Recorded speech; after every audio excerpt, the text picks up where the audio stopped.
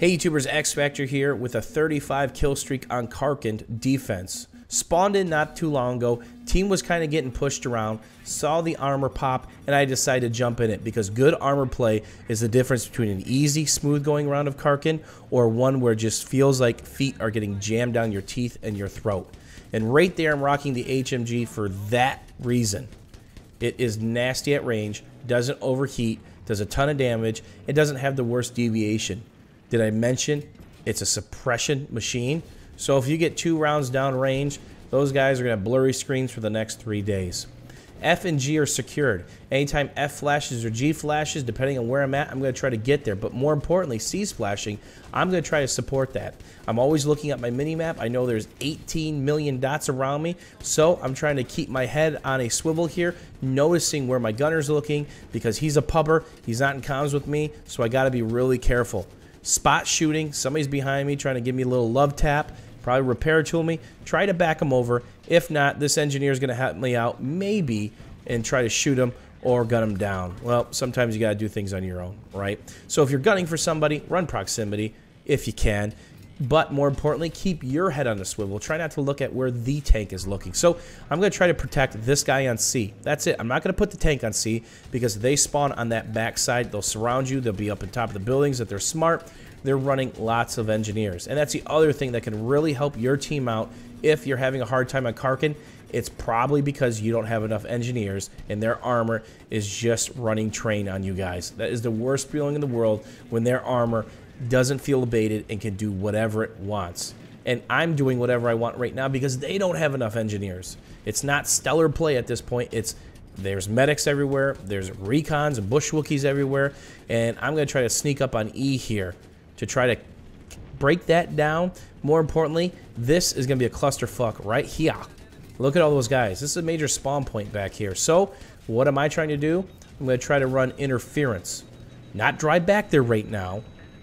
Kind of play some different angles, because the last thing I want is for them to figure out, oh gee, the tank's there. The longer you sit in one spot, the more you're going to get spotted, the more people are going to look at their mini-map. If you kill people 2 or 3 times in a row, they're going to say, fuck it, I'm getting an engineer, I'm getting some sandwiches, I'm going to try to deal with this guy because he's really starting to piss me off. So support it, be close to cover so that you can pillar if you get so flammed, if you get javelin, or if the RPG spam is coming. The great thing about this game is you can see the tails to rockets. If you see the tail, time it. How long does it take you to reload an RPG? There's a tail. I know this guy is hugging this left wall. So I pre-fired that left wall. I know it wasn't the guy moving because that looked like a medic. Always fire into those containers because there's usually people here. There's one on each side, and usually you can get a ricochet. You might not get a kill, but you're going to get a hit marker. If you get a hit marker, you can follow that up with another shot. So what did I do there? I basically weeded it down just a little bit.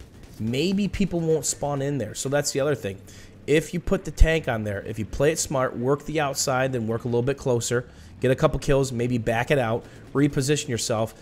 People, it's going to be a deterrent. They're going to say, wait a minute, this tank's got a pretty good gunner on the cal, the 50 cal, and he's not too bad himself. I don't want to spawn there anymore because I keep getting shot in the face. So the priorities have changed. That guy just ate a mine. He's going to have a nice dental build. F and G are in trouble.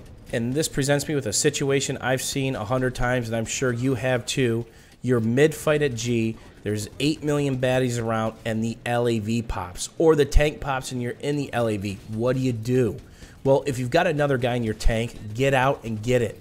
If you're the gunner, you take the initiative. You jump out, you grab the LAV, and just start destroying and getting G back, right? Now, let's say this guy gets out of my tank, or I'm just by myself. If your tank's hurt, no reactive left, half health, in trouble, jump in the LAV, back up, destroy the empty tank. Do not let it fall into enemy hands, because the last thing you want is for them to have 3 pieces of armor or 4 pieces of armor. I've seen this happen before where the defenders or attackers have stolen the vehicles, and it is impossible. It is Camp City. So at this point in time, I'm watching to make sure we've got our tank secured. It was on fire. A squad mate was going to repair it. So it looks like we're going to be okay. But at no point in time did I really take my eye off it. And that's the key. If you see enemies swarming it, or if you start to see a couple guys die back there, turn around, shoot your tank. If you have the anti-armor shells, and the main shells on an LAV, you will absolutely eat up a tank from full health no matter what. If he's at 30 or 40% health, it's one volley of the anti-armor shells with each through reactive, and it's done. Game over. So, we've got a pretty good control now, but we got pushed back to the island. Anytime you get back to F and G, they can capitalize an entire area, and then you got to work your way back around. It really sucks. At the end of the day, we end up winning this round because we had pretty good armor play. We didn't cough up our armor. We didn't lose F and G in a permanent nature. If you let F and G go as a defender, you're probably going to have a bad time and just get armor slammed down your throat. Doesn't feel too good. Hopefully you guys enjoyed this Karkand footage, this little 35 kill streak.